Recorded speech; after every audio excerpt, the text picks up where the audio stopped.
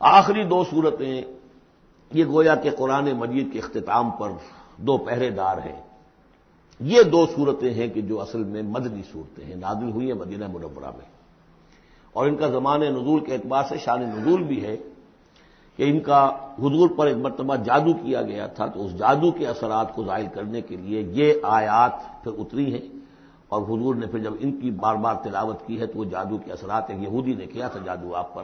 جس سے آپ کو چیزیں بھول جاتے تھے، کافی آپ کو دیر کو تکلیف رہی ہے۔ صحیح بخاری کے اندر یہ روایت موجود ہے۔ ہمارے جدید کچھ ریشنلسٹ ہیں اور جو خاص طور پر منکر حدیث ہیں، وہ سمجھتے ہیں کہ اس میں تو توہین ہے رسول کی کہ جادو کا اثر ہو سکتا ہے۔ رسول بھی اس اعتبار سے بشر ہوتے تھے، تلوار کا اگر کاری زخم پڑا ہے تو خون نکلا، اور خون نکل گیا ہے تو زوفتاری ہوا ہے، زوفتاری ہوا تو بے ہوشی بھی ہوئی ہے۔ یعنی یہ جسم جو ہے ان کا، اس کے اعتبار سے جو بھی بخار آپ کو چڑھا ہے، بخار میں تکلیف ہوئی ہے، عالم نزع میں نہایت شدید تکلیف ہوئی ہے، تو اس حوالے سے یہ نہ سمجھیے کہ وہ بشریت کے جو لوازم ہے وہ ختم ہو جاتے ہیں، لیکن اللہ تعالیٰ کی طرف سے انہیں ایک مقام ملا ہے، ایک عصمت ملی ہے، ایک بزرگی ہے، وہ اپنی جگہ پر ہے۔ تو جادو کا وہ واقعہ بالکل صحیح ہے جو ہوا ہے، لیکن اس کے لیے اب یہ دو صورتیں ہیں، اور یہاں خاص طور پر نوٹ کر لیجئے کہ یہ معوذتین، یہ ایک صورت بھی ہو سکتی تھی، لیکن قرآن حکیم میں جو عام مزاج ہے کہ صورتیں جوڑوں جوڑوں کی شکل میں ہے، تو دو حصوں میں تقسیم کر دیا۔ اور اس کی تقسیم کیا ہے؟ ایک وہ چیزیں ہیں جو انسان پر باہر سے حملہ آور ہوتی ہیں، اور ایک چیز وہ ہے جو انسان کے اپنے اندر سے حملہ آور ہوتی ہے۔ ان دونوں کو دو علیحدہ چیزوں میں رکھ کر اور سکھایا گیا ہمیں کہ تم ہمیشہ اللہ کی پناہ طلب کرتے رہا کرو ان چیزوں کے اثرات سے، ان چیزوں کے اثرات بد سے اپنے آپ کو بچانے کے لیے۔ بسم اللہ الرحمن الرحیم، قل اعوذ برب الفلق، کہو کہ میں پناہ میں آ گیا صبح کے رب کی۔ فلق، فلق ویسے تو یہ لفظ ہم پڑھ چکے ہیں سورہ انعام میں، فالق الاصباح، رات کی تاریکی کا پردہ پھٹتا ہے اور سپیدہ سحر نمودار ہوتا ہے، یا گٹھلی، فالق الحب والنوائب، تو وہ جو گٹھلی ہوتی ہے وہ بھی پھٹتی ہے تو اس میں سے دو پتیاں نکلتی ہیں تو درخت بنتا ہے۔ اس اعتبار سے فلق سے مراد یہاں صرف صبح نہیں ہے، بلکہ جو اگلی صورت میں آ رہا ما خلق، جو بھی کچھ اس کائنات میں اس نے پیدا کیا ہے، در حقیقت وہ عدم کا پردہ چاک کر کے اس کو وجود بخشا ہے۔ عدم سے، عدم محض سے، کریشن ایکس نہیلو، بغیر کسی شے کے کسی شے کو بنانا۔ تو قل اعوذ برب الفلق من شر ما خلق، میں پناہ میں آتا ہوں اس کی تمام مخلوقات کی پناہ سے۔ اب آپ غور کیجئے،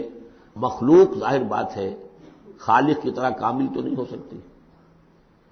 مخلوق کے اندر کوئی نہ کوئی پہلو جو ہے وہ کمی کا، تقصیر کا، نقص کا رہ جائے گا۔ تو گویا کہ ہر مخلوق میں شر کا پوٹینشل ایلیمنٹ موجود ہے۔ یہ دوسری بات ہے کہ اللہ تعالیٰ کسی کو سہارا دے دے، کسی کو تو اپنی طرف سے عصمت عطا کر دے، اپنی طرف سے خصوصی پروٹیکشن عطا کر دے، پوٹینشلی خلق جو ہے وہ گویا کہ مستلزم ہے، اس کے ساتھ شر کے اندر کا پہلو موجود ہوگا۔ قل اعوذ برب الفلق من شر ما خلق، یعنی وہ شر جو ہے خود اپنی جگہ پر کوئی علیحدہ مستقل وجود رکھنے والی شے نہیں ہے، بلکہ وہ شر جو ہے خلق کے اندر جو کمی کا پہلو ہے۔ جیسے ہم نے انسانوں کے بارے میں پڑھا، خلق الانسان من عجل، انسان کی سرشت میں جلد بازی ہے۔ خلق الانسان ضعیفا، انسان کمزور پیدا کیا گیا ہے۔ جو اس کا فطرت والا پہلو ہے، جو روحانی پہلو ہے، وہ تو ہے انا خلقنا الانسان فی احسن تقویم، لیکن جو یہ حیوانی پہلو ہے اس کا جو مادی وجود ہے، اس میں تو ضعف بھی ہے۔ ان الانسان خلق ہلوعا اذا مسہ الشر جزوعا واذا مسہ الخیر منوعا، تو یہ تمام چیزیں جو ذہن میں رکھیے۔ قل اعوذ برب الفلق من شر ما خلق، جو بھی مخلوقات ہیں ان میں سے جو بھی شر کا پہلو ہے میں اس سے اے پروردگار تیری پناہ میں آتا ہوں۔ ومن شر غاسق اذا وقب، خاص طور پر یہ رات کو ڈھانپ لینے والی جو ہے رات، اندھیرا، یہ ظاہر بات ہے اسی پھر رات کے پردے میں چوری بھی ہے، ڈاکہ بھی ہے، اسی میں پھر غول بیابانی جو ہیں، شیاطین جن ہیں، ان کا بھی جو حرکتیں ہوتی ہیں، پھر یہ ساری چیزیں جو ہے اسی کے سلسلے من شر غاسق اذا وقب، سانپ بچھو وغیرہ بھی اسی وقت نکلتے ہیں۔ ومن شر النفاثات فی العقد، اور جو عورتیں گانٹھیں باندھ کر پھونکے مارتی ہیں، یہ جو بھی ٹونے ٹوٹکے ہوتے ہیں اس کی وجہ سے لوگوں کو نقصان پہنچایا جاتا ہے، گویا کہ یہ بھی اس کے اندر بھی کوئی حقیقت ہے، یہ سفلی عملیات بھی ہیں، ان کے بھی اثرات ہیں۔ جیسے کہ ہم جانتے ہیں کہ جادو جو ہے حق ہے، برحق ہے، اگرچہ کفر ہے، شراب کی تاثیر ہے لیکن حرام ہے، کچھ نہ کچھ حقیقت ان لکیروں میں بھی ہے لیکن ہمیں روک دیا گیا کہ ان کے چکر میں مت پڑو۔ یہ جو منجمی ہے، نجوم کی حرکت، اس میں بھی کچھ نہ کچھ حقیقت ہے لیکن روک دیا گیا۔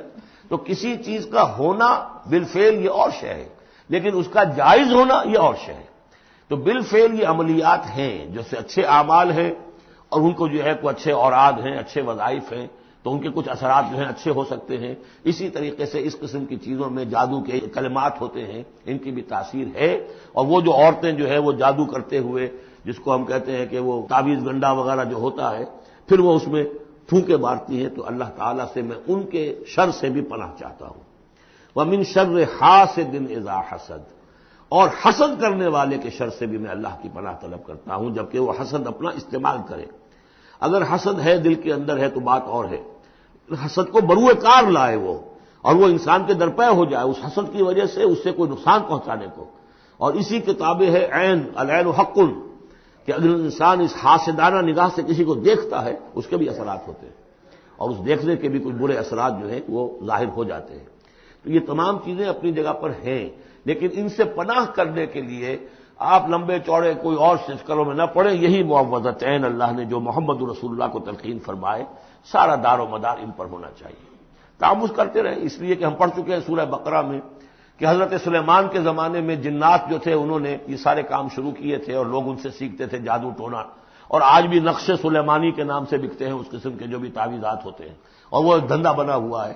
تو اس کو لوگوں نے سیکھا، اور وہ لوگ جو ہے آج بھی ہمارے ہاں یہ چیزیں چل رہی ہیں، لیکن یہ چیزیں حرام کی گئی ہیں، اور کہا گیا ہے کہ کوئی کسی کو نقصان نہیں پہنچا سکتا جب تک کہ اللہ کا اذن نہ ہو۔ اگر یہ یقین انسان کے دل میں ہو تو پھر اسے کوئی نقصان نہیں ہوگا۔ اور ویسے تو یہ ہے کہ تکلیف اللہ کی طرف سے کسی وقت آ سکتی ہے، بغیر اس کے کہ کوئی اور آپ کو پہنچائے، اللہ کی طرف سے خود بھی آ سکتی ہے۔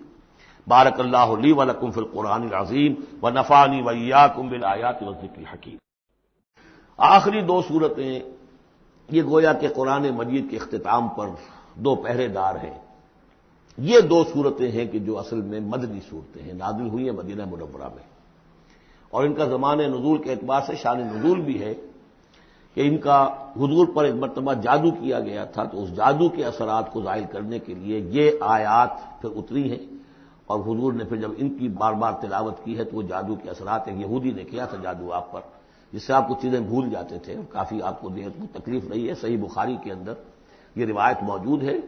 ہمارے جدید کچھ ریشنلسٹ ہیں اور جو خاص طور پر منکر حدیث ہیں، وہ سمجھتے ہیں کہ اس میں تو توہین ہے رسول کی کہ جادو کا اثر ہو سکتا ہے۔ رسول بھی اس اعتبار سے بشر ہوتے